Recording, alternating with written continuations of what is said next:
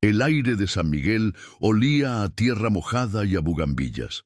Siempre había sido así, un aroma que se pegaba a la memoria y te recordaba que estabas en casa.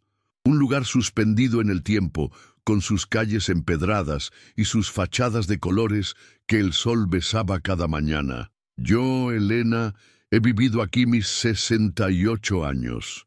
Vi a este pueblo crecer, cambiar, pero nunca, ni en las historias más raras de mi abuela, había sentido el miedo frío que se empezó a colar por las rendijas de las puertas y las ventanas desde hace unos meses. Un miedo silencioso, infantil, dibujado con crayones de cera. Todo comenzó con los niños. Los niños de San Miguel, que siempre habían sido la alegría del pueblo, con sus risas persiguiendo palomas en el jardín principal, de pronto se callaron.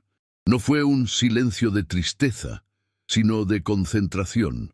Se sentaban en las banquetas, en los escalones de la iglesia, en los patios de sus casas, con la mirada fija en un papel, la lengua asomando por la comisura de los labios, y todos, absolutamente todos, dibujaban lo mismo. Una figura alta, delgada, sin rostro, tenía brazos largos que casi tocaban el suelo y piernas como zancos. No era un dibujo de terror, no a simple vista. No tenía garras ni ojos rojos. Era vacío. Una silueta negra, a veces con un sombrero de ala ancha, otras veces sin él, pero siempre de pie, esperando. Al principio, los adultos lo tomamos como un juego, una de esas modas que les dan a los niños y que se pasan tan rápido como llegan. «Es el hombre del saco», bromeaba don Ramiro, el dueño de la tienda de abarrotes, mientras me despachaba el kilo de frijol. «O el coco», le respondía yo, siguiéndole la corriente. Pero las semanas pasaron y la moda no se fue. Al contrario, se intensificó. Los dibujos se volvieron más detallados. Algunos niños le añadían un fondo, una casa, un árbol, una calle. Y siempre era una calle de San Miguel. A veces reconocía la esquina de la farmacia, la fuente de la plaza, o la vieja casona abandonada de los de la Vega, esa familia que se fue a Houston a tratarse una enfermedad rara y nunca más volvió, dejando atrás una herencia que nadie se atrevía a reclamar. Mi nieto, Mateo, de 7 años, era uno de ellos. Su madre, mi hija Sofía, me lo dejaba todas las tardes mientras ella trabajaba en el pequeño hotel que habíamos levantado juntas con el esfuerzo de una vida. Mateo era un niño brillante, lleno de luz, pero ahora esa luz parecía contenida, enfocada en la punta de un crayón negro. Me sentaba junto a él en la mesa del comedor, con una taza de té de manzanilla humeando entre mis manos, y lo observaba. Su ceño se fruncía, sus deditos se apretaban con fuerza alrededor del color. «¿Quién es, mi amor?», le preguntaba con la voz más dulce que podía encontrar. «¿Quién es el señor que dibujas?». Mateo no levantaba la vista del papel. «No sé, abuela», susurraba. «Solo sé que está esperando». Esa respuesta me helaba la sangre. ¿Esperando qué? ¿A quién? Los otros padres recibían respuestas similares de sus hijos. «Está mirando», decían algunos. «Está buscando», decían otros. La maestra de la primaria, la señorita Elodia, organizó una junta. Estábamos todos los padres y abuelos, sentados en las sillitas de madera, sintiéndonos tan pequeños e indefensos como nuestros hijos. «No sé qué hacer», dijo Elodia, con los ojos llenos de angustia. «He intentado que dibujen otras cosas, flores, animales, sus vacaciones, pero siempre vuelven a lo mismo. Es una obsesión colectiva. He consultado a una psicóloga infantil de Querétaro y me dice que puede ser un trauma compartido, pero ¿cuál? Aquí no ha pasado nada. Nada que viéramos, al menos».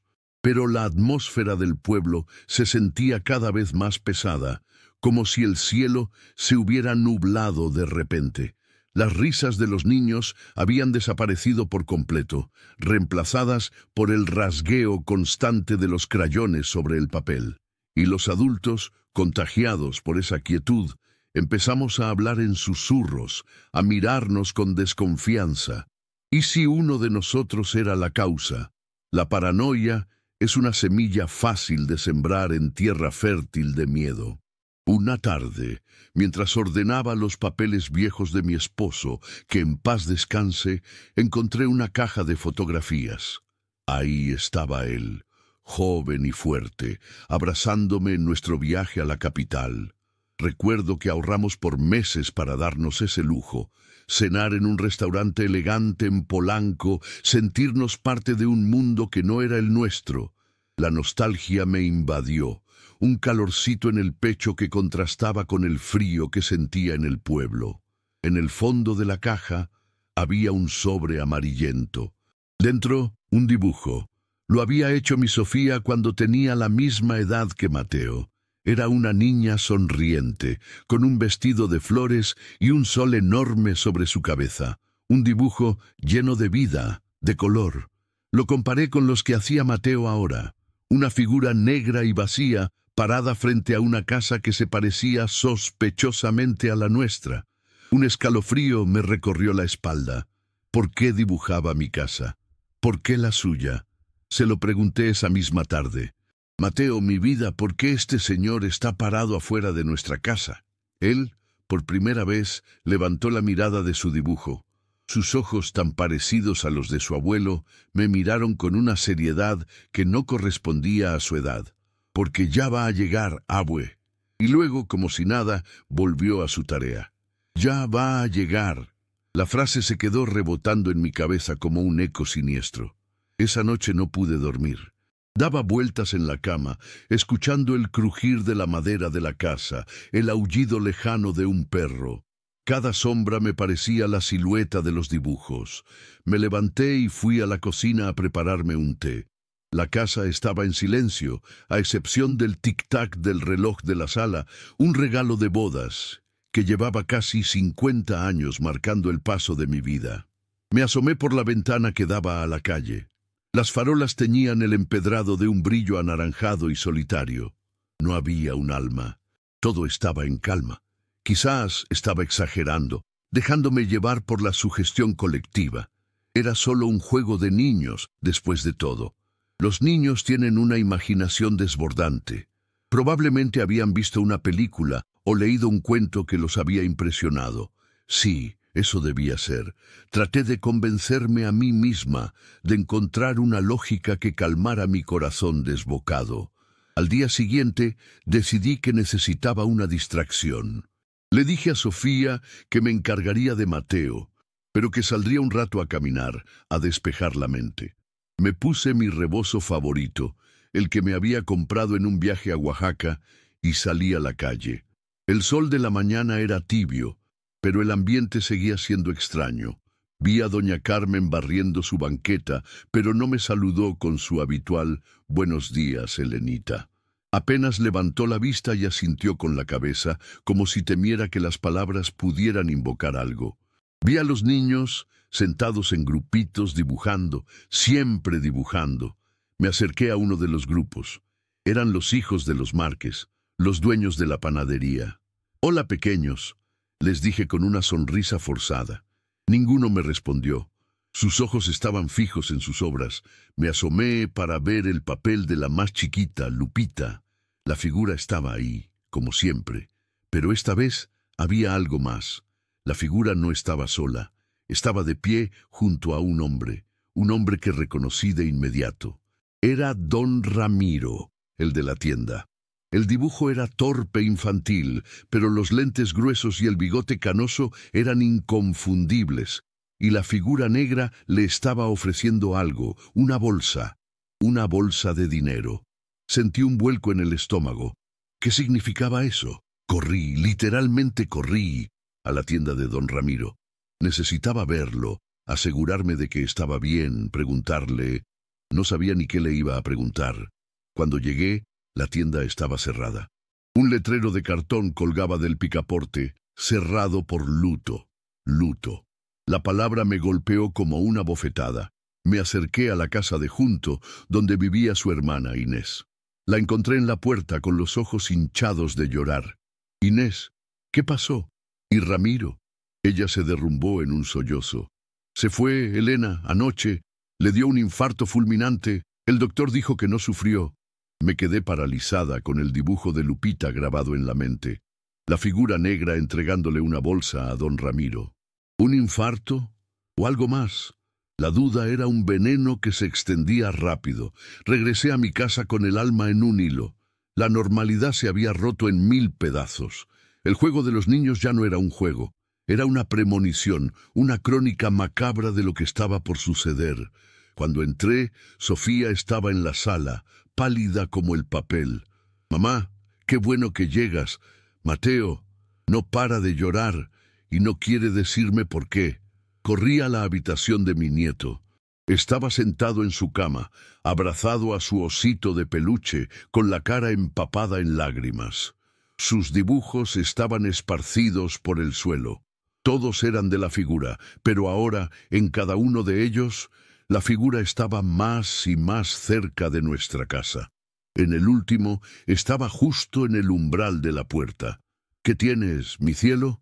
¿Por qué lloras?», le pregunté, sentándome a su lado y acariciándole el pelo. Él levantó su carita congestionada y me miró con un terror que jamás le había visto. «Abuela», sollozó, «es que ya llegó». El corazón se me detuvo. El tic-tac del reloj de la sala parecía martillarme los sienes. «¿Quién llegó, mi amor?» «Él», dijo Mateo, señalando hacia la puerta principal con su dedito tembloroso. «Está afuera. Te está esperando». Un silencio denso, pesado, cayó sobre la habitación. Sofía y yo nos miramos, el mismo pánico reflejado en nuestros ojos. Me levanté lentamente, sintiendo que las piernas no me sostenían. Caminé por el pasillo, cada paso una eternidad. El miedo era una garra fría que me apretaba el pecho, dificultándome la respiración. Llegué a la sala y me detuve frente a la puerta de madera. La luz del sol se filtraba por debajo, dibujando una línea dorada en el suelo. Afuera, el silencio del pueblo era absoluto. Ni un pájaro, ni una voz, ni el rasgueo de un crayón. Era como si todo San Miguel contuviera la respiración, esperando, igual que yo. Y entonces sonaron 3 golpes. 3 golpes secos, firmes, que resonaron en cada rincón de la casa y de mi alma. No fueron los golpes de un vecino, ni del cartero. Eran golpes de alguien que había llegado a su destino. Alguien que, como había dicho mi nieto, había estado esperando. Con la mano temblorosa, más por la certeza que por la duda, giré el picaporte. La puerta se abrió con un quejido lastimero, revelando la figura que había obsesionado a los niños de mi pueblo durante meses. Ahí estaba, en mi puerta, alta, delgada, vestida completamente de negro, con un sombrero de ala ancha que ocultaba su rostro en la sombra. Una figura arrancada directamente de los dibujos de mi nieto. El mundo pareció detenerse en ese instante. El aire se volvió espeso, difícil de respirar. La figura no se movió, simplemente permaneció allí, en el umbral, una silueta recortada contra la luz brillante de la tarde. No podía verle el rostro, oculto por la sombra profunda del sombrero, pero sentía su presencia como una presión física, una fuerza que me empujaba hacia atrás. Mi mente, que siempre había sido mi ancla, mi refugio de lógica y razón, se fragmentó en un torbellino de incredulidad y pánico. ¿Cómo era posible? ¿Cómo podía una fantasía infantil, un garabato hecho con cera, materializarse en mi puerta? Miré sus manos, largas y pálidas, que colgaban a los costados de su cuerpo. No eran amenazantes, pero su quietud era antinatural. No llevaba nada. No había un maletín, ni un arma, ni una bolsa como la del dibujo de la pequeña Lupita. Solo estaba él, o eso, esperando. Detrás de mí, escuché el sollozo ahogado de Sofía, quien se había acercado y ahora se aferraba a mi brazo. Mateo seguía en su cuarto, y un instinto primario, el de proteger a mi familia, me dio una sacudida de coraje. «¿Quién es usted?», pregunté, y mi voz sonó más firme de lo que me sentía. «¿Qué es lo que quiere?». La figura inclinó ligeramente la cabeza, un gesto lento, casi deliberado, y luego habló. Su voz no era ni masculina ni femenina, era un susurro rasposo, como el de hojas secas arrastradas por el viento. Vengo por lo que me pertenece, Elena. Sabía mi nombre. El frío que sentí no fue de miedo, sino de una certeza aterradora. Esto no era una coincidencia, no era un sueño. Esto era real y estaba sucediendo en mi casa. Aquí no hay nada que le pertenezca, respondí, tratando de mantener la compostura. Sofía apretó más fuerte mi brazo. Le pido que se vaya, o llamaré a la policía. La figura emitió un sonido que podría haber sido una risa ahogada. La policía no puede hacer nada. Esto es un asunto antiguo, un pacto, una deuda. La palabra deuda cayó en el silencio como una piedra en un pozo. ¿De qué deuda hablaba? Mi esposo, Ricardo, había sido un hombre honorable, un trabajador incansable. Juntos construimos nuestro patrimonio desde cero, ladrillo a ladrillo, sin deberle un centavo a nadie. Nuestra cuenta bancaria, aunque no era la de un millonario, estaba saneada. No teníamos préstamos, ni hipotecas. Éramos gente de bien. No sé de qué habla, insistí, aunque una pequeña semilla de duda comenzaba a germinar en mi mente. Ricardo había sido un hombre bueno, sí, pero también reservado. Había partes de su vida, de antes de conocerme, de las que rara vez hablaba. Secretos que se había llevado a la tumba. Ricardo lo sabía, continuó la figura, como si leyera mis pensamientos. Él hizo la promesa. Una vida de prosperidad, de éxito, a cambio de algo. Un pago final. Mi corazón latía desbocado. Una vida de prosperidad. Sí, no nos había faltado nada. Habíamos vivido cómodamente. El hotelito que Sofía ahora administraba era la prueba de ello. ¿Pero a qué costo? ¿Qué clase de pacto oscuro podría haber hecho mi marido? Sentí la rabia empezar a burbujear debajo del miedo. Mi esposo era un hombre honesto. Usted miente. La honestidad es relativa, Elena, susurró la figura. Él solo tomó un atajo, y ahora el plazo ha vencido. Se movió por primera vez, dando un paso hacia adelante, cruzando el umbral de mi casa. Sofía gritó y yo me interpuse, extendiendo los brazos como si pudiera detenerlo con mi frágil cuerpo. ¡No entre a mi casa! ¡Fuera! Pero era como tratar de detener el viento. Pasó a mi lado sin tocarme, pero sentí una oleada de frío glacial, un vacío que me erizó la piel. Se detuvo en medio de mi sala, observando todo con una lentitud exasperante. Mis muebles, las fotografías en la pared, el reloj de tic-tac incesante. Era como si estuviera absorbiendo la esencia de mi hogar, de mi vida. ¿Qué es lo que quiere?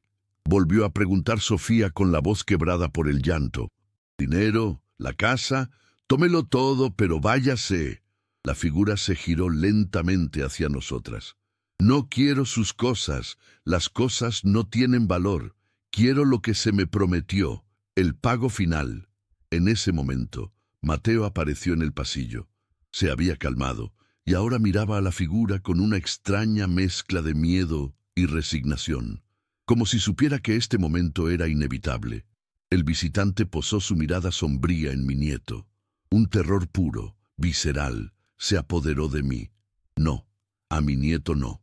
«Aléjese de él», siseé, y la fiereza en mi voz me sorprendió hasta a mí misma. Me moví y me coloqué delante de Mateo, protegiéndolo con mi cuerpo. Sería capaz de cualquier cosa para salvarlo. La figura pareció ignorarme. Su atención estaba fija en el niño. El ciclo debe completarse, una generación de éxito a cambio de la siguiente. Las palabras cayeron sobre mí como una sentencia de muerte. Comprendí la naturaleza monstruosa de la deuda. Ricardo no había vendido su alma. Había vendido algo mucho peor, el futuro de su linaje, la prosperidad que habíamos disfrutado, el pequeño hotel, la educación de Sofía, la ropa bonita que a veces comprábamos sin mirar el precio, como ese bolso de marca que Ricardo me regaló un aniversario y que yo atesoraba. Todo había sido un préstamo con un interés impagable. La figura levantó una de sus largas manos y señaló a Mateo. «Es la hora». «No», dije, con una convicción que nacía de las entrañas. «No se lo llevará». Esto iba más allá de la lógica, más allá del miedo. Era la lucha de una abuela, de una matriarca, por su sangre.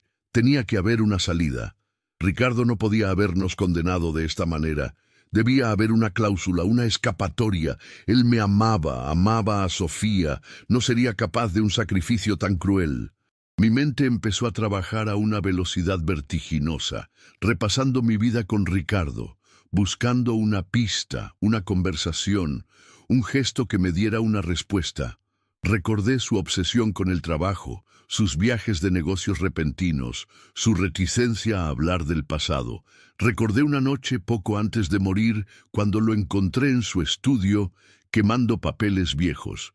Cuando le pregunté qué hacía, me dijo que solo estaba limpiando el pasado. ¿Qué pasado estaba limpiando? ¿Qué pruebas intentaba destruir?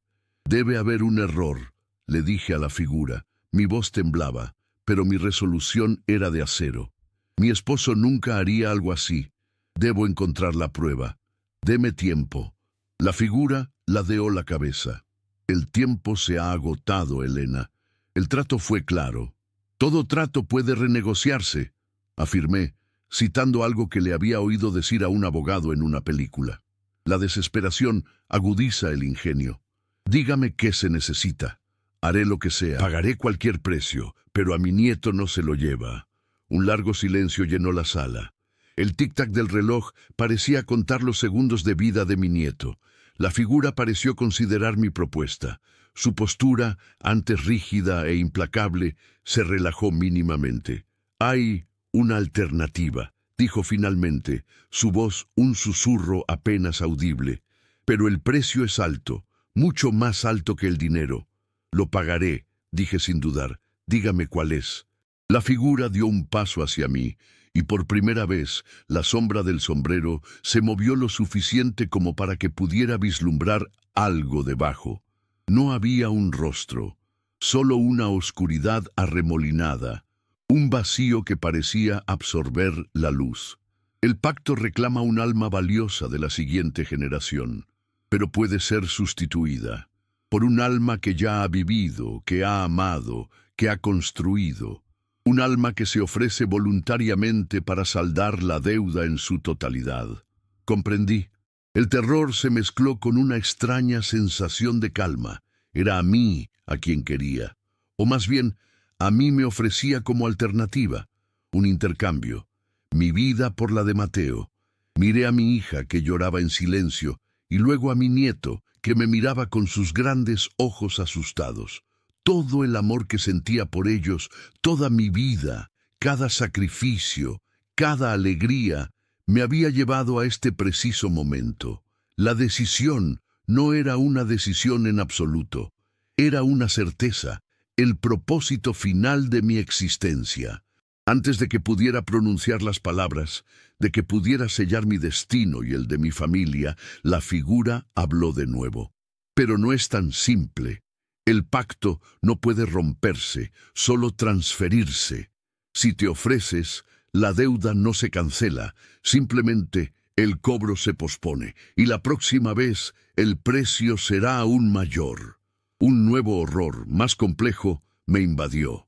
Si me sacrificaba, solo estaría comprando tiempo. ¿Y qué pasaría después? ¿Condenaría a los hijos de Mateo a una deuda aún más terrible? La trampa era perfecta, diabólica. No había escapatoria, solo un aplazamiento del dolor. La esperanza que había sentido por un instante se desvaneció, dejándome en una oscuridad más profunda que la que se escondía bajo el sombrero de aquel ser. Estaba atrapada en un legado que no había creado, luchando contra un contrato firmado con tinta invisible mucho antes de que mi nieto naciera. La figura parecía disfrutar de mi angustia, de mi dilema imposible. Esperaba mi respuesta, sabiendo que cualquier elección que hiciera me llevaría a la ruina. Mi mente se convirtió en un campo de batalla. Por un lado, el amor instintivo, la necesidad de proteger a Mateo a cualquier costo. Por otro, la razón, que me gritaba que un sacrificio inútil solo pospondría la tragedia, magnificándola para las generaciones futuras.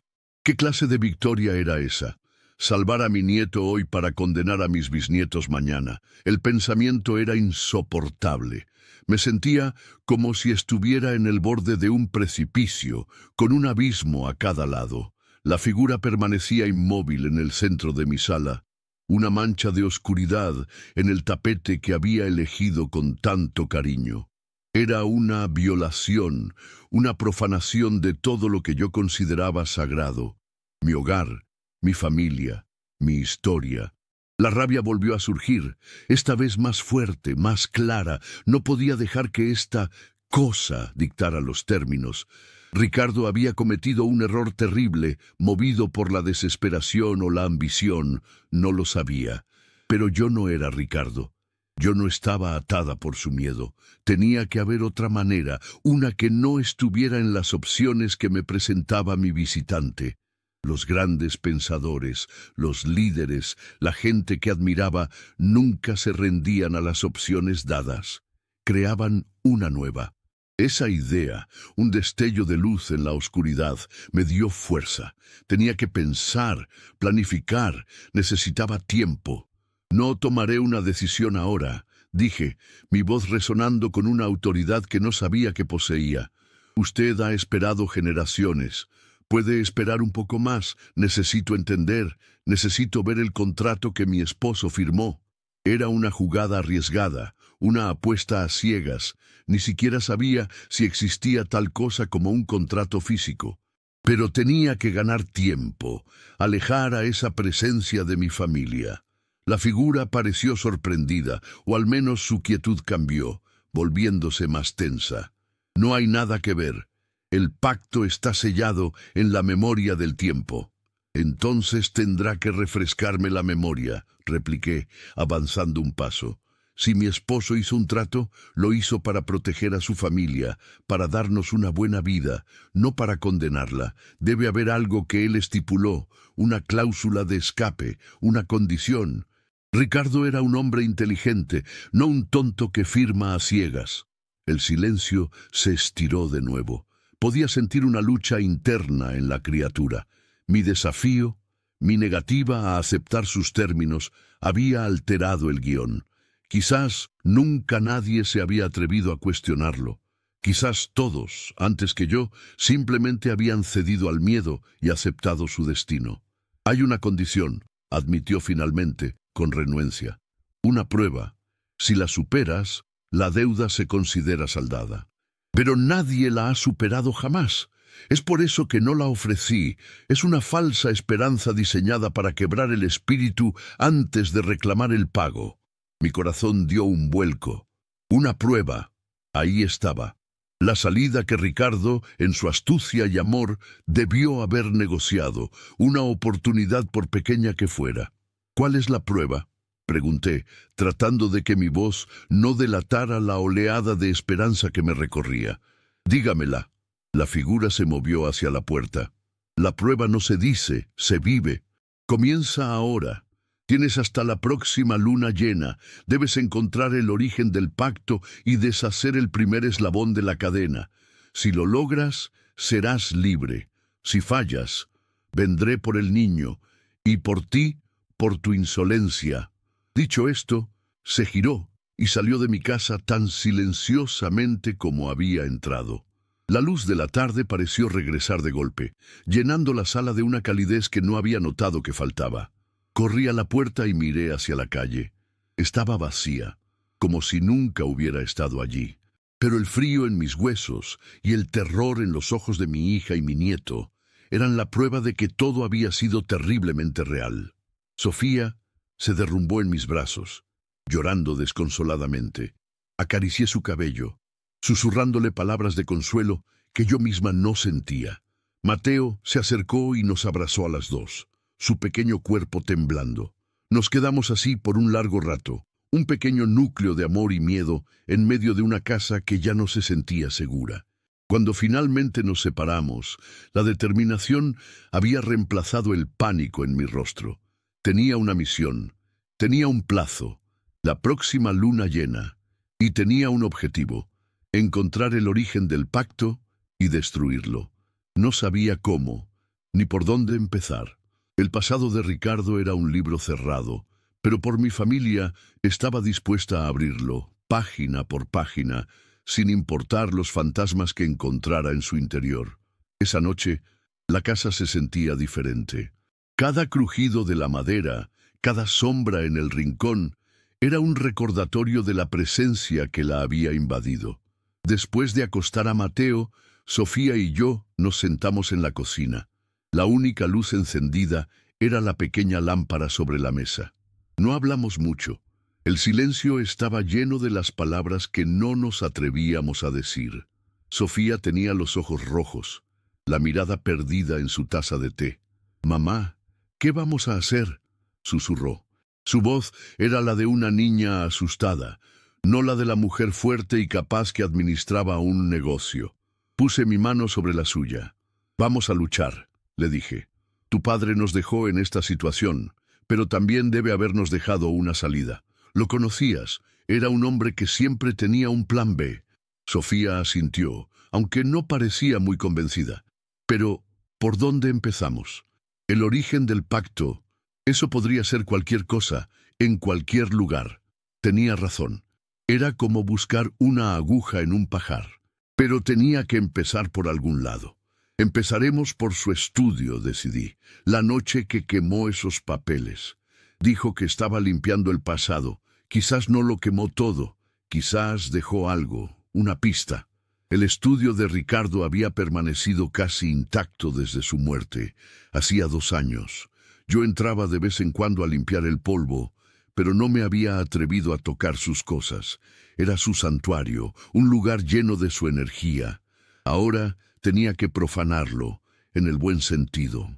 Le di las buenas noches a Sofía, asegurándole que todo estaría bien, una mentira que ambas necesitábamos creer. Entré al estudio y cerré la puerta.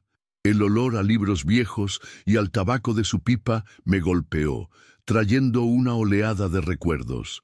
Me senté en su sillón de cuero gastado por los años. Miré a mi alrededor, los estantes llenos de libros de contabilidad e historia, el pesado escritorio de roble, los mapas antiguos que le encantaba coleccionar. ¿Dónde podría esconder un secreto tan oscuro un hombre tan ordenado? Empecé por lo obvio. Los cajones del escritorio estaban llenos de papeles de negocios, contratos viejos, facturas pagadas. Nada fuera de lo común. Revisé cada libro en los estantes, hojeándolos en busca de una nota, una carta, algo fuera de lugar. Horas pasaron. El reloj de la sala dio las 2, luego las 3 de la mañana. El cansancio empezaba a vencerme. Me dejé caer en el sillón, frustrada. Estaba a punto de rendirme cuando mi mirada se posó en la chimenea. Estaba limpia, sin cenizas. Recordé esa noche. Ricardo estaba de rodillas frente a ella, arrojando papeles a las llamas, y yo estaba parada en el umbral. ¿Qué vi exactamente? Cerré los ojos, tratando de reconstruir la escena. Vi el fuego, vi su espalda, vi una pequeña caja de metal a su lado, una caja que nunca antes había visto. Y después la caja no estaba. No la tiró al fuego. Entonces, ¿qué hizo con ella? Mi corazón empezó a latir más rápido. Me levanté y examiné la chimenea. Los ladrillos eran viejos, sólidos, pero uno de ellos, en la parte inferior derecha, parecía ligeramente diferente. El mortero a su alrededor era más nuevo, de un color ligeramente más claro. Con las uñas temblorosas intenté moverlo. Estaba atascado. Corrí a la cocina y volví con un cuchillo de mantequilla. Con cuidado lo inserté en la grieta y empecé a hacer palanca. El mortero se desmoronó y el ladrillo cedió. Lo saqué y metí la mano en el hueco oscuro y polvoriento que había detrás. Mis dedos rozaron algo frío y metálico. La caja era pequeña, de hojalata, y no tenía cerradura. Me senté en el suelo, con la caja en mi regazo y la abrí. Dentro solo había dos cosas: una fotografía vieja, en blanco y negro, de un hombre que no reconocí. Era joven, de mirada intensa y vestido con ropas de otra época. Al reverso, una sola palabra escrita con la caligrafía de mi esposo: abuelo. La segunda cosa era un diario, encuadernado en cuero raído. No era de Ricardo. La primera página tenía un nombre y una fecha: Alejandro Rivera, 1928. Alejandro, el padre de mi padre, mi abuelo, a quien nunca conocí. Ricardo nunca hablaba de su familia. Decía que los había perdido a todos siendo muy joven. Era otra de sus puertas cerradas. Empecé a leer el diario, y con cada palabra, una historia de ambición, desesperación y magia oscura se desplegaba ante mí. Una historia que había comenzado mucho antes de que yo naciera, en las áridas tierras de un México revolucionario. La deuda no era de Ricardo, la había heredado, y el origen del pacto no estaba en mi casa ni en mi pueblo.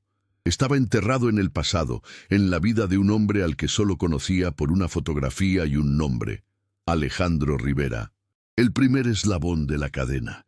El diario de mi abuelo Alejandro era un viaje a un mundo que yo solo conocía por los libros de historia. Sus páginas, amarillentas y frágiles, olían a tiempo y a secretos. La caligrafía era apretada, nerviosa, la de un hombre que escribe con la urgencia de quien teme ser olvidado, o peor, malinterpretado. Alejandro Rivera no era un mal hombre, al menos no al principio. Era un hombre desesperado.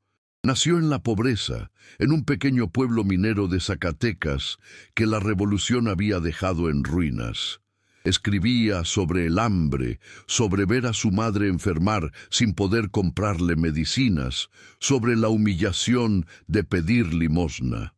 Su juventud fue una lucha constante por la supervivencia, una herida que nunca cicatrizó. La pobreza, escribió en una de las primeras entradas, no es solo la falta de pan, es la falta de dignidad. Es un veneno que te corre por las venas y te convence de que no vales nada. Esa frase me caló hondo. Comprendí la raíz de su ambición. No buscaba lujos, no al principio. Buscaba respeto. Buscaba borrar la mancha de la miseria. La oportunidad o la maldición llegó en la forma de un forastero. Un hombre elegante, culto, que apareció en el pueblo de la nada. El diario lo describía con una mezcla de admiración y temor. Se hace llamar El Corredor, escribió Alejandro. Habla de negocios, de futuros, de inversiones, pero sus ojos parecen ver a través de la piel, hasta el fondo del alma, donde uno esconde sus deseos más oscuros. El Corredor vio en Alejandro lo que nadie más había visto: un hambre voraz de éxito. Le habló de un pacto de prosperidad, un atajo para los hombres audaces que no temían tomar riesgos. Le prometió riqueza, influencia, una vida lejos del polvo y la humillación. A cambio, el precio parecía insignificante. Solo pide una promesa, relataba el diario, una garantía de que el linaje continuará prosperando, un pago simbólico de la primera generación venidera. En su desesperación, a Alejandro le sonó a un trato justo. ¿Qué importaba una promesa futura cuando el hambre roía el presente? No tenía nada que perder, o eso creía él. El diario describía el ritual. Se llevó a cabo en una mina abandonada, bajo la luz de una luna llena. El corredor dibujó símbolos extraños en el suelo con sal y carbón. Le hizo a Alejandro una pequeña incisión en la palma de la mano y dejó que unas gotas de su sangre cayeran sobre un trozo de pergamino. No es un contrato con el diablo, le aseguró el corredor con una sonrisa. Es un contrato con el tiempo. Estás invirtiendo en tu futuro, tomando un préstamo del destino. Y la prosperidad llegó. Alejandro dejó el pueblo y se mudó a la Ciudad de México. El diario detallaba su ascenso meteórico. Empezó con un pequeño negocio que floreció de la noche a la mañana. Sus inversiones, guiadas por los consejos que el corredor le enviaba en misteriosas cartas, se multiplicaron. Se casó, tuvo un hijo, el padre de Ricardo, y les dio la vida que él nunca tuvo. Compró una casa en la colonia Roma, un lugar que para un hombre de su origen era un sueño inalcanzable. Sus hijos vistieron las mejores ropas y asistieron a las mejores escuelas. Pero la riqueza vino con una sombra. El diario se volvía más oscuro a medida que pasaban los años. Alejandro se volvió paranoico, desconfiado. Sentía una presencia constante a su alrededor, una vigilancia fría. «El éxito se siente hueco», escribió. «Cada peso que gano, cada puerta que se me abre, se siente como otro eslabón en mi cadena. No soy dueño de mi fortuna, soy su guardián, y le temo al día en que el verdadero dueño venga a cobrar». El día del cobro llegó con el nacimiento de su primer nieto, Ricardo. El diario describía cómo el corredor reapareció, tan impecable y sin edad como el primer día. No vino a reclamar al niño, vino a recordarle el pacto. «La deuda ha pasado a la siguiente generación», le dijo. «Tu hijo ahora gozará de la misma suerte, y su hijo después de él, pero el precio aumenta con cada eslabón, y un día el pago final será reclamado». Alejandro, horrorizado, comprendió la verdadera naturaleza del trato. No había vendido su futuro, sino el de toda su descendencia. La prosperidad no era un regalo, era una jaula de oro. Intentó romper el pacto, usó su fortuna para buscar a expertos en lo oculto, en folclore antiguo. Gastó miles de pesos, pero nadie pudo ayudarlo. El pacto era irrompible. Sin embargo, en su búsqueda, encontró una leyenda, un rumor. Hablaba de una forma de deshacer el eslabón, de liberarse.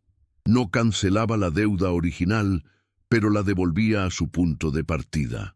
La leyenda hablaba de un objeto, el corazón del pacto, el pergamino original sobre el que había caído su sangre. Según el mito, si el pergamino era destruido por el fuego en el mismo lugar donde se forjó el pacto, el linaje quedaría libre. Pero había una trampa. El corredor guardaba el pergamino y su paradero era un misterio. Las últimas páginas del diario eran un torbellino de desesperación y planificación. Alejandro dedicó el resto de su vida a encontrar una manera de localizar el pergamino. Siguió al corredor, investigó sus movimientos, sus negocios. Descubrió que el corredor no era un ser, sino un título, un linaje de intermediarios que servían a una fuerza antigua, a la verdadera acreedora de la deuda. Y descubrió algo más. Cada corredor tenía un nido, un lugar seguro donde guardaba los contratos.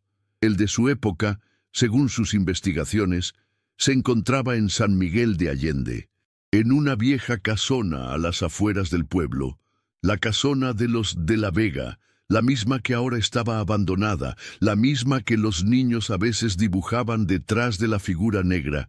Todo encajaba. Ricardo, mi Ricardo, debió haber encontrado este diario. Debió haber sabido todo esto, y en lugar de huir, decidió venir a San Miguel. No vino aquí por casualidad para retirarse en un pueblo tranquilo. Vino a vigilar, a estar cerca del nido, a buscar una oportunidad para encontrar el pergamino y destruir la maldición. Por eso quemó los papeles. Estaba tratando de protegerme, de borrar el rastro, pero guardó el diario, la única arma que teníamos. Me dejó la responsabilidad, la oportunidad de terminar lo que él y su abuelo empezaron. Cerré el diario, mi mente dando vueltas. El miedo seguía ahí, pero ahora estaba mezclado con una claridad feroz.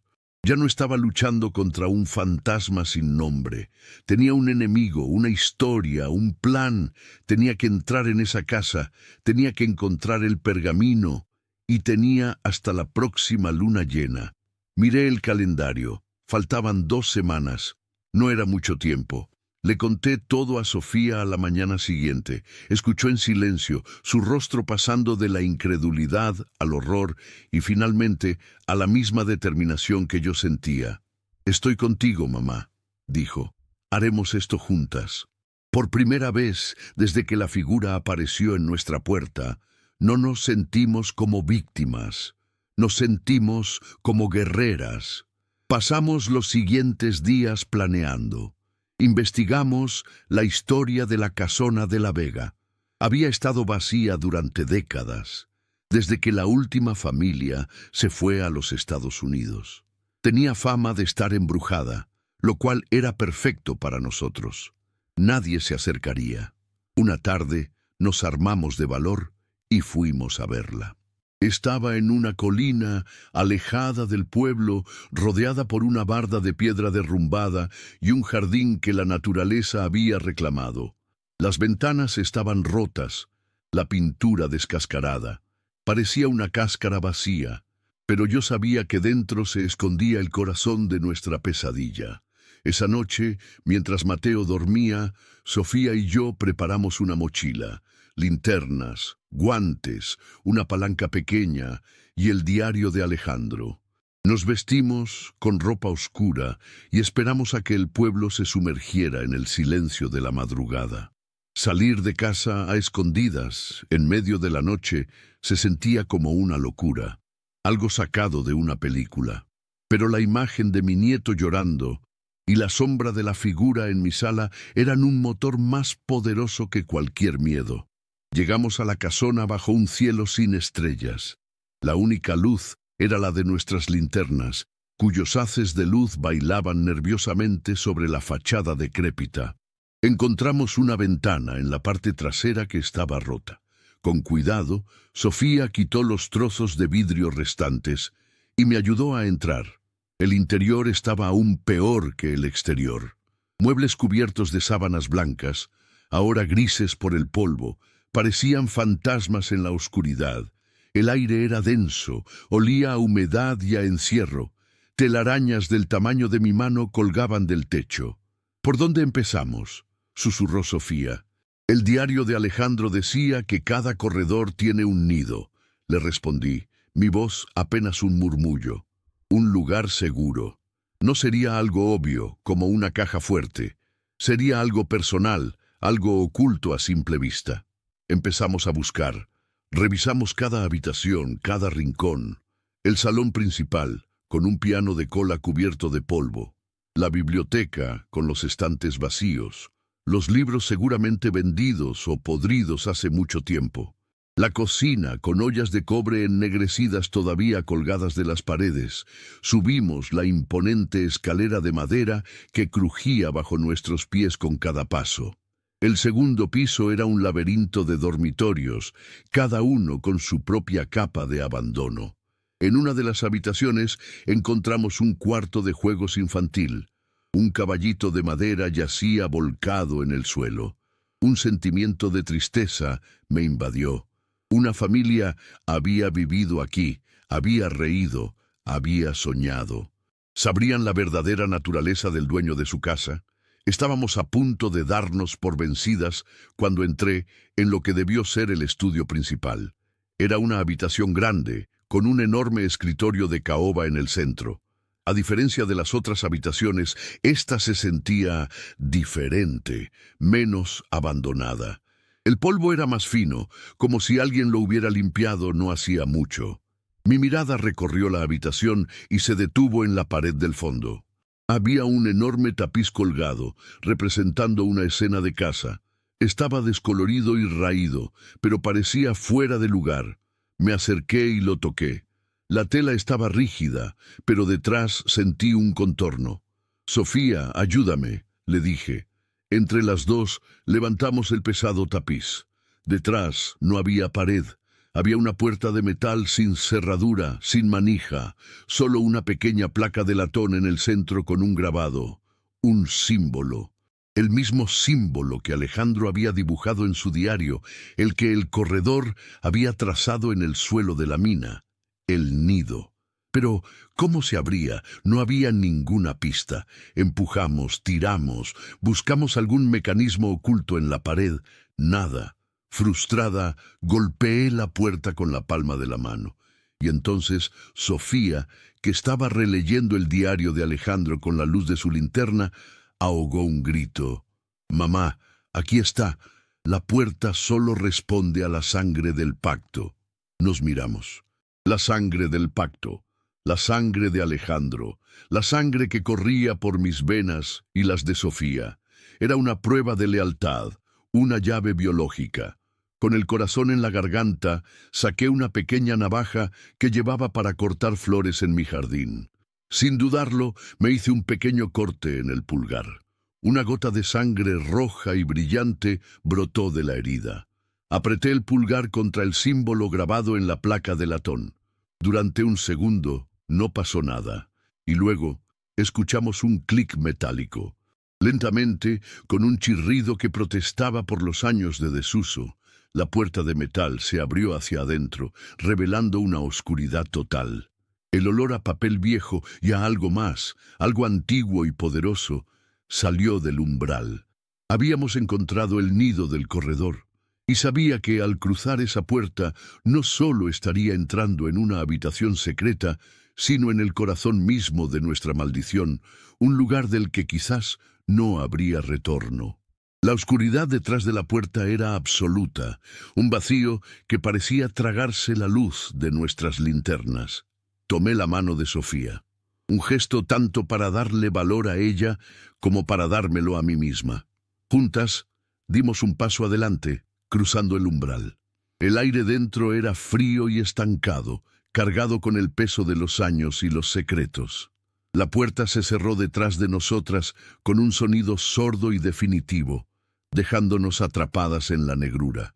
Por un instante, el pánico amenazó con abrumarme, pero Sofía encendió su linterna más potente y su haz de luz cortó la oscuridad. Estábamos en una habitación pequeña, circular, sin ventanas. Las paredes estaban cubiertas de estantes de madera oscura, del suelo al techo. Y en esos estantes descansaban cientos, quizás miles, de pergaminos enrollados, cada uno atado con una cinta de un color diferente. Era un archivo de almas, una biblioteca de deudas. «Tiene que estar aquí», susurré, mi voz resonando en el silencio opresivo. Cada pergamino representaba una historia como la nuestra, una familia atrapada en un ciclo de prosperidad y condena. Pensé en la inmensidad de la operación de El Corredor, en cuántas vidas había tocado y torcido con sus promesas. No éramos los únicos, éramos simplemente los que, por fin, habíamos decidido luchar. El problema era cómo encontrar el nuestro. No había etiquetas ni orden aparente. Buscar entre miles de pergaminos nos llevaría semanas y solo teníamos hasta la luna llena.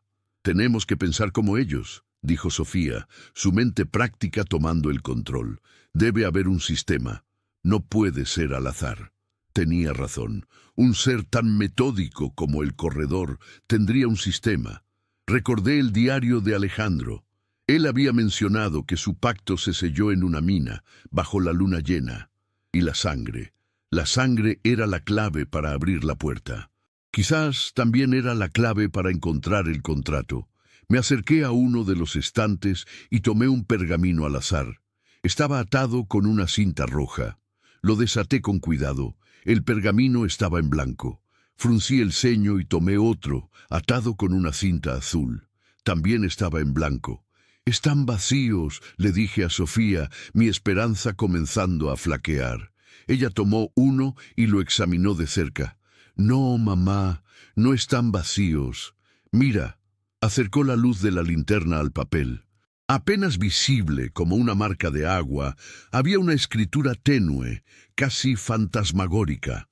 «La escritura solo se revela a quien corresponde», leyó Sofía de una de las últimas anotaciones de Alejandro que había estado memorizando. «La sangre llama a la sangre». Comprendí.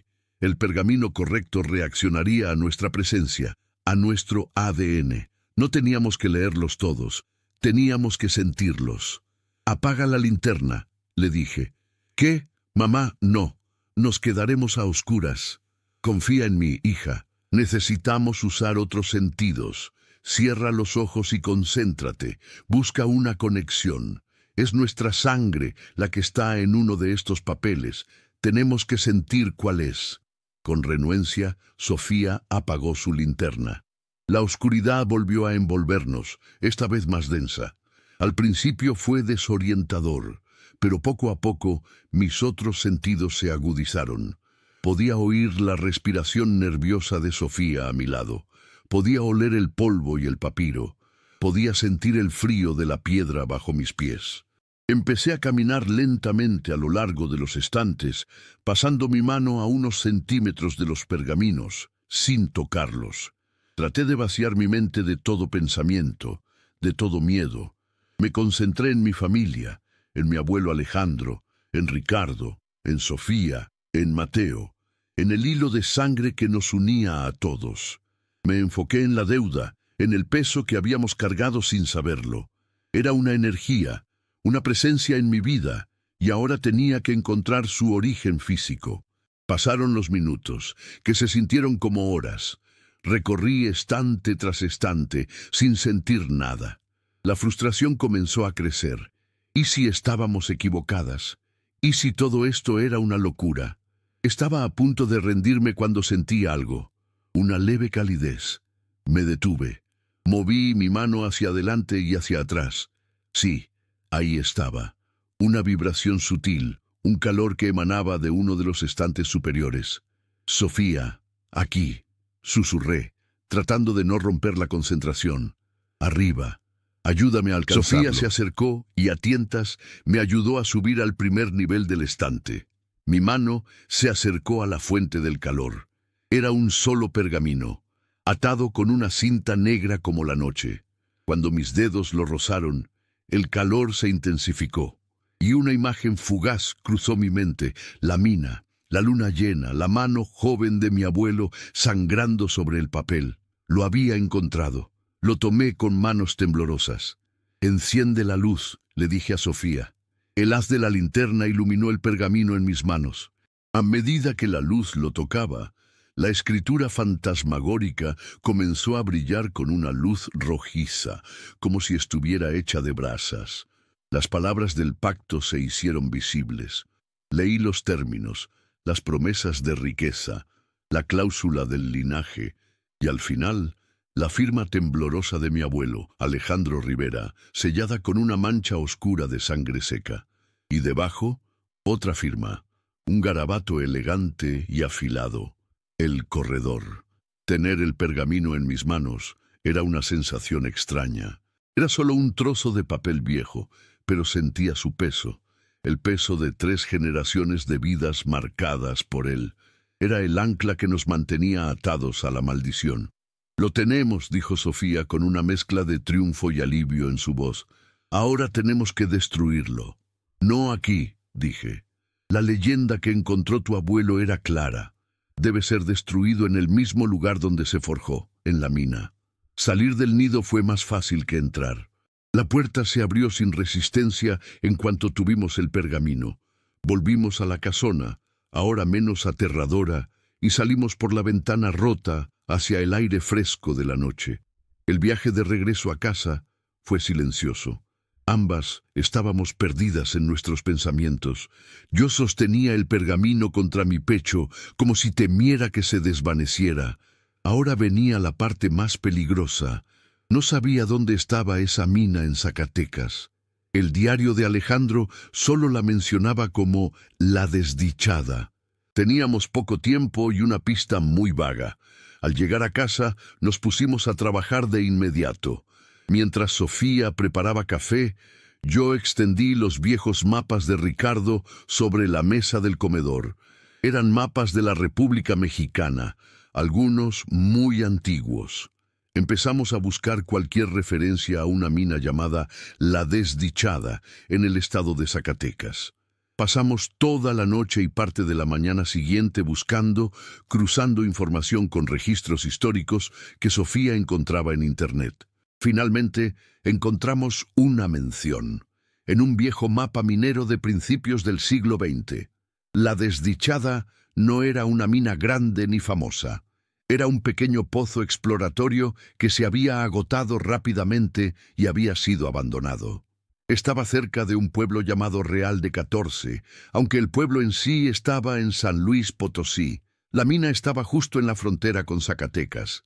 Estaba a un día de viaje en coche. Miré el calendario. La luna llena era en 3 días. No podíamos perder ni un minuto.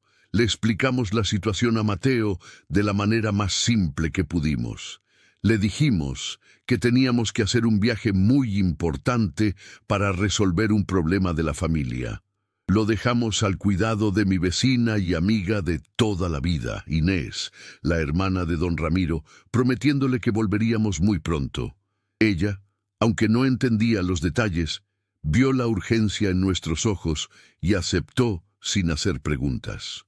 Esa era la clase de lealtad que se forjaba en los pueblos pequeños. El viaje fue tenso. Sofía conducía su coche, un sedán cómodo que contrastaba con la naturaleza desesperada de nuestra misión. Yo iba en el asiento del copiloto, con la caja de hojalata que contenía el diario y el pergamino en mi regazo. A medida que nos alejábamos de San Miguel y nos adentrábamos en el paisaje semidesértico del centro de México, sentía como si estuviéramos viajando en el tiempo hacia el mundo de mi abuelo. Llegamos a Real de 14 al anochecer. El pueblo, enclavado en las montañas, era un lugar mágico y fantasmal. Nos registramos en un pequeño hotel y apenas dormimos. La altitud, los nervios, la sensación de que algo nos observaba, todo contribuía a una noche de insomnio. A la mañana siguiente, contratamos a un guía local, un hombre mayor llamado Ismael, para que nos llevara a la ubicación de la mina. Le dijimos que éramos historiadoras investigando la vida de nuestros antepasados. Él nos miró con sus ojos sabios y arrugados, y supe que no nos creyó del todo, pero no hizo preguntas. El camino a la mina fue difícil. Tuvimos que dejar el coche y seguir a pie por un sendero estrecho y rocoso. El sol era implacable. Después de casi 2 horas de caminata, Ismael se detuvo. «Ahí está», dijo, señalando un agujero oscuro en la ladera de una montaña. «La Desdichada. No queda mucho de ella. Tengan cuidado, es inestable». Le pagamos, le agradecimos y le aseguramos que no tardaríamos. Él nos lanzó una última mirada de advertencia antes de emprender el camino de regreso. Nos quedamos solas, frente a la boca de la mina. El aire que salía de ella era frío y olía a tierra húmeda, y a algo más, a olvido. Era el lugar. Lo sentía en mis huesos. Encendimos nuestras linternas y entramos. El túnel era bajo y estrecho. Tuvimos que agacharnos para avanzar. Después de unos 20 metros, el túnel se abría a una pequeña cámara. El techo estaba sostenido por vigas de madera podridas y el suelo estaba lleno de escombros. En el centro de la cámara había un círculo de piedras ennegrecidas. El lugar del ritual. «Es aquí», dije. Saqué el pergamino de la caja. Mis manos temblaban tanto que Sofía tuvo que ayudarme a sostenerlo. También saqué una pequeña caja de cerillos que había empacado. Justo cuando estaba a punto de encender uno, un viento helado recorrió el túnel, apagando nuestras linternas y sumiéndonos en una oscuridad total. Y luego escuchamos esa voz, la misma voz rasposa que había escuchado en mi sala.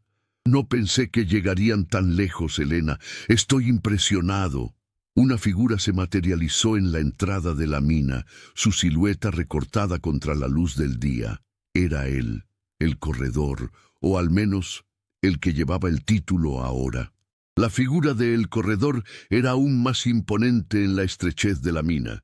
El sombrero de ala ancha y el abrigo largo parecían absorber la poca luz que se filtraba desde el exterior, creando un aura de oscuridad a su alrededor. No había venido solo. Detrás de él pude distinguir 2 sombras más, figuras grandes y corpulentas. Había anticipado nuestra jugada. Sofía ahogó un grito y se puso detrás de mí. Instintivamente apreté el pergamino contra mi pecho. Era nuestra única carta, nuestra única esperanza. Has sido muy ingeniosa, Elena, dijo la voz rasposa acercándose lentamente. Tú y tu hija han descifrado un rompecabezas que ha permanecido oculto durante casi un siglo. Tu abuelo estaría orgulloso o aterrorizado. Es difícil saberlo con los deudores. Su tono era burlón, condescendiente, como el de un adulto que observa a un niño intentar un truco de magia. Pero debajo de la burla percibí una nota de irritación. Nuestra presencia aquí, con el pergamino, era un problema que no había previsto. El juego se acabó, le dije, tratando de que mi voz sonara más valiente de lo que me sentía. Tenemos el contrato. Vamos a destruirlo y a terminar con esto. El corredor soltó una risa seca que rebotó en las paredes de la cueva. ¿Terminar con esto? Oh, mi querida Elena, nada termina, solo se transforma. Ese pergamino no es solo tu deuda. Es el poder de tu familia, la suerte, la prosperidad, el toque de Midas que ha bendecido a tu linaje. ¿De verdad quieres renunciar a todo eso? Piensa en tu nieto. Podrías asegurarle un futuro brillante, un lugar en el mundo que otros solo pueden soñar. Podría tener un BMW último modelo antes de los 20, celebrar sus logros en una mansión con chef privado. Todo lo que tienes que hacer es darme ese papel y aceptar los términos. Era una tentación astuta, un veneno envuelto en seda. Apelaba a mi amor por Mateo, al deseo de toda abuela de ver a su nieto triunfar. Pero yo ya había visto el precio, había visto la figura negra que mi nieto dibujaba, la sombra que acechaba detrás del éxito. No queremos su suerte envenenada, respondió Sofía, su voz temblando pero firme. Queremos ser libres. La libertad es una ilusión, replicó el corredor. Solo hay deudas y pagos, y ustedes tienen una deuda muy grande. Dio una señal a los hombres que estaban detrás de él, y estos empezaron a avanzar hacia nosotras. Eran enormes, con rostros duros como la piedra. El pánico me invadió. Físicamente, no teníamos ninguna oportunidad. Me vino a la mente la imagen de las tarjetas Black que usan los millonarios, un poder ilimitado para comprar lo que sea. El corredor tenía ese poder, pero con las vidas, con los destinos. Retrocedimos hasta el fondo de la cámara, hasta que nuestras espaldas tocaron la pared fría y húmeda. Estábamos acorraladas. Los hombres se acercaban, sus intenciones eran claras, quitarnos el pergamino por la fuerza. Miré la caja de cerillos en mi mano, luego el pergamino.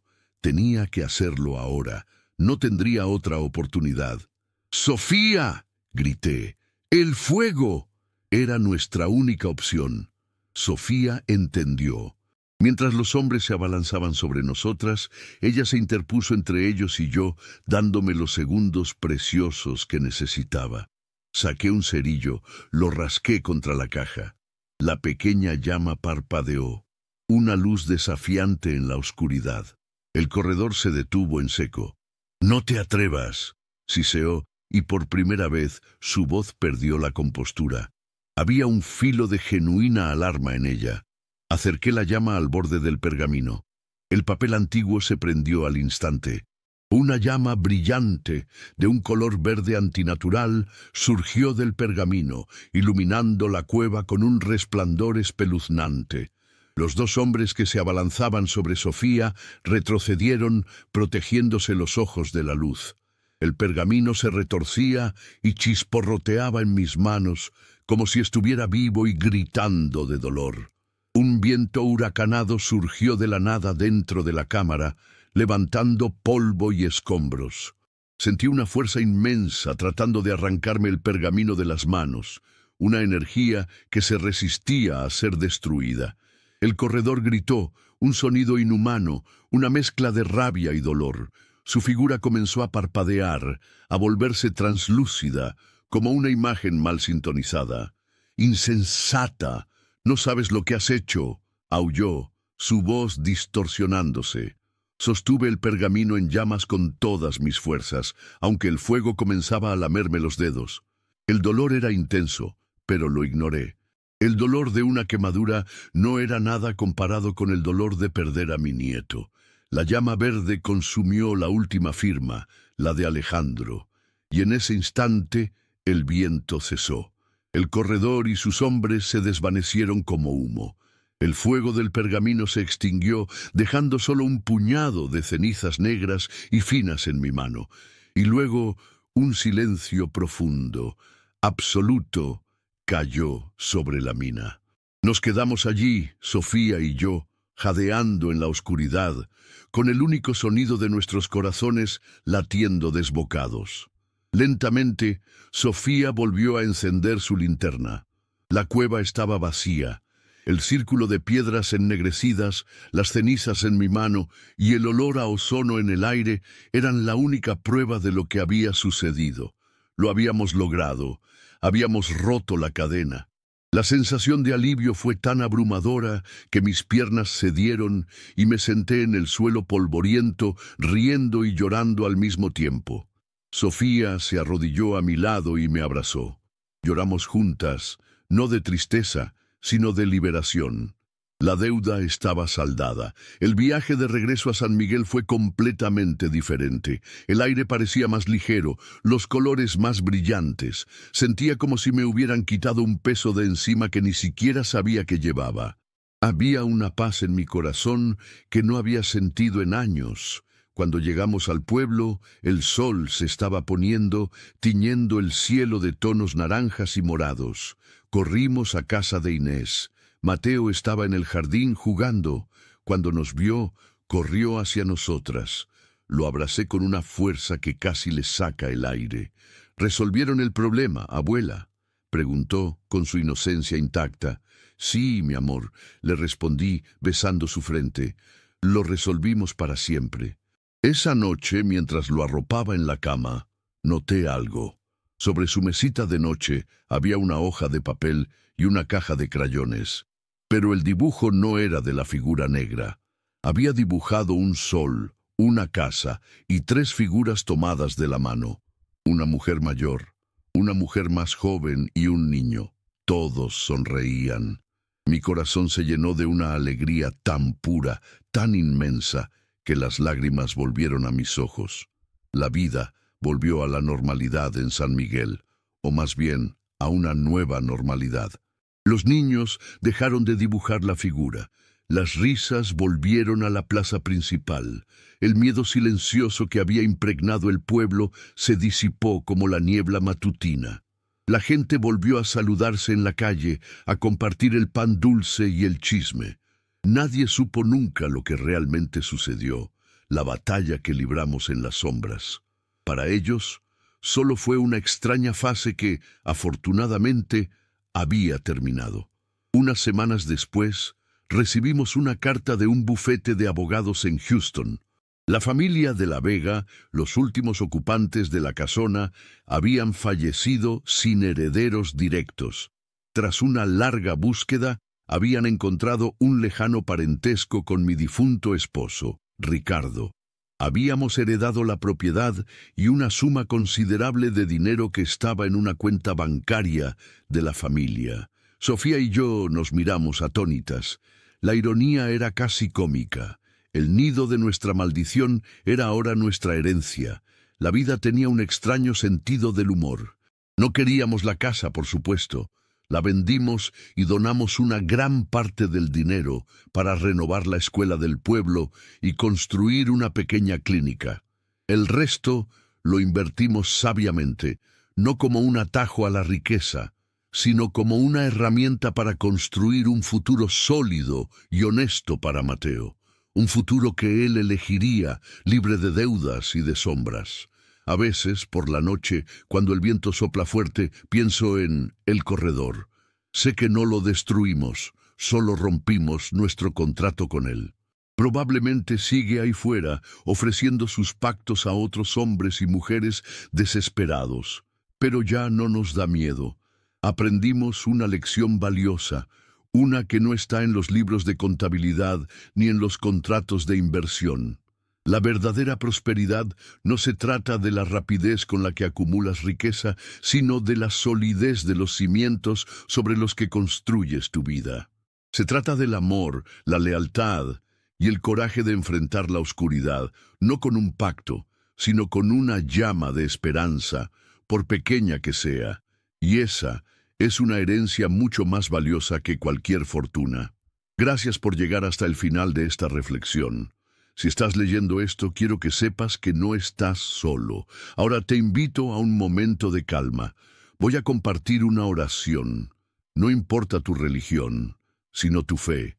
Una oración pensada para ayudarte, para abrazar a todos los que en silencio luchan, sienten, esperan. Solo cierra los ojos un instante y deja que estas palabras te acompañen. Ten fe. Todo va a estar bien. Orar, encenderse por dentro. Hay dolores que nadie ve, dolores que no gritan, no sangran, pero pesan como un velo sobre los hombros, esos que uno carga en silencio, tratando de entender, de seguir, de soportar. Pero hay un momento, y yo he estado ahí varias veces, en que el esfuerzo cansa. La mente se rinde, y algo dentro de uno se arrodilla, no por debilidad, sino por verdad. Es en ese instante cuando la oración comienza, o mejor dicho, aparece. No esa hecha con palabras bonitas o promesas apresuradas, sino la que brota de un lugar tan profundo que ni siquiera tiene nombre, como un susurro del alma diciendo, ya no puedo sola. Orar, descubrir, no es pedir, es recordar. Recordar quiénes somos cuando el ego se aquieta. Recordar que la vida también late en lo invisible, que hay un centro en nosotros donde todo descansa, y que, aunque por fuera todo parezca derrumbarse, ese centro permanece. A veces, orar es simplemente cerrar los ojos y recogerse como una flor que siente el frío de la noche.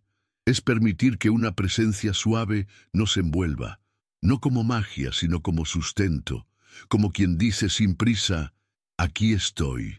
Incluso ahora, la oración o la súplica no cambia el mundo, pero cambia a quien ora.